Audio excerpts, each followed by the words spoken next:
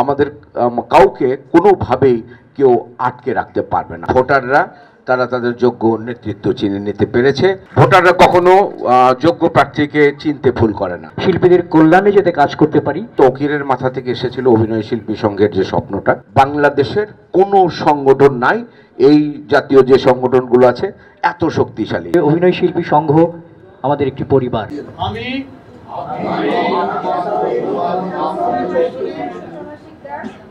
অভিনয় শিল্পী সংঘ বাংলাদেশের 2025 থেকে 2028 মেয়াদকালীন কার্যনির্বাহী পরিষদের নির্বাচিত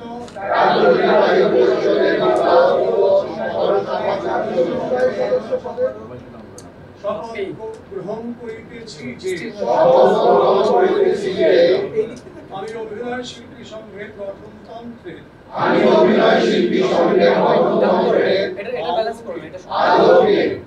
আমার উপর অর্পিত আমি অত্যন্ত খুশি হয়েছি এবং এইবারের যে নির্বাচন এবং এইবারের যে অভিনয় শিল্পী সংঘের ভোটাররা তারা তাদের যোগ্য নেতৃত্ব চিনে নিতে পেরেছে। সেই জন্য আমি ভোটারদেরকে প্রথমে আমার অন্তরের অন্তঃস্থল থেকে মোবারকবাদ জানাচ্ছি।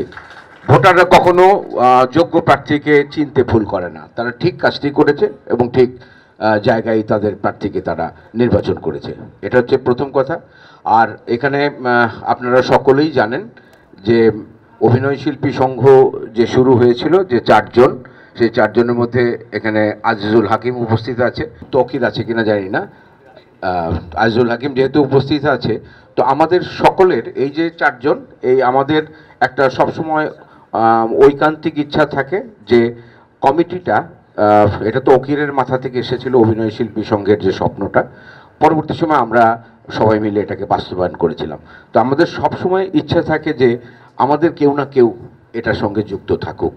অতীতে আমি ছিলাম, তৌকির ছিল, জাহিদ প্রথম দিকে ছিল, এখন হাকিম সংযুক্ত হয়েছে। আমি খুব খুশি হয়েছি যে অভিনয় শিল্পী সংঘের প্রতিষ্ঠাকালীন যে সদস্যরা, যারা প্রতিষ্ঠাতা, তাদের মধ্যে একজন এই কমিটির সাথে সংযুক্ত আছে।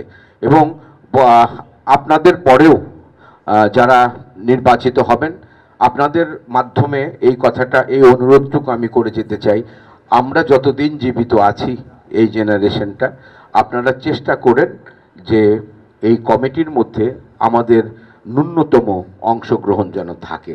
সেটা একজন সাধারণ সদস্য হিসাবে, একজন সভাপতি হিসাবে, একজন সহসভাপতি হিসাবে, একজন সম্পাদক হিসেবে, যে কোনোভাবেই হোক আমাদের সম্পৃক্ততাটা যেন থাকে। আমাদের জীবিতকালীন অবস্থায় আমরা অভিনয় শিল্পী সংঘকে যেন আমাদের যে প্রাণের সংগঠনের আমরা রূপ দিয়েছিলাম, সেই যে ইচ্ছাটা ছিল, যে মনের মধ্যে যে বাসনাটা ছিল, সেটা নিয়ে যেন মরতে পারি, এটুকুই আপনাদের উদ্দেশ্যে বলা।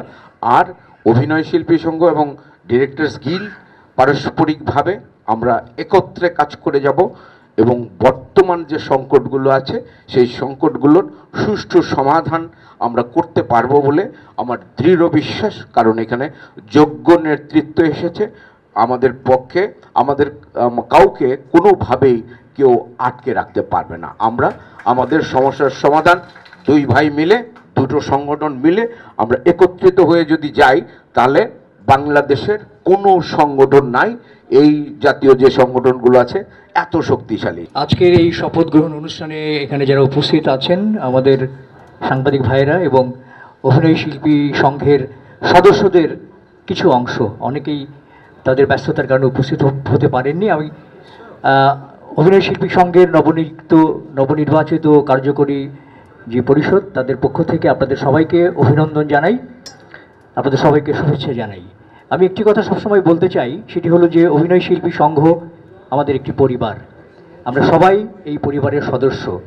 আজকে পরিবারের সদস্য হিসেবে আমাদেরকে দায়িত্ব দেওয়া হয়েছে, দায়িত্ব পালন করবার জন্য। যে শিল্পীরা আছেন এই সংঘের, তাদের প্রত্যেকের দুঃখ, বেদনা, ভালোবাসা, আশা, আকাঙ্ক্ষা, এগুলোকে নিয়ে আমরা যেন সামনের দিকে কাজ করতে পারি, শিল্পীদের কল্যাণে যাতে কাজ করতে পারি, সেই গুরু দায়িত্ব আজকে আমাদের সবাইকে দেয়া হয়েছে। আমি এই দায়িত্ব মাথা পেতে নিয়েছি। আশা করব যে সবাইকে সাথে নিয়ে, যে এই সংঘের যে সব শিল্পীরা আছেন, সদস্যরা আছেন, প্রত্যেকের মতামত নিয়ে আমরা এই সংঘকে আরও অনেক বেশি শক্তিশালী করব।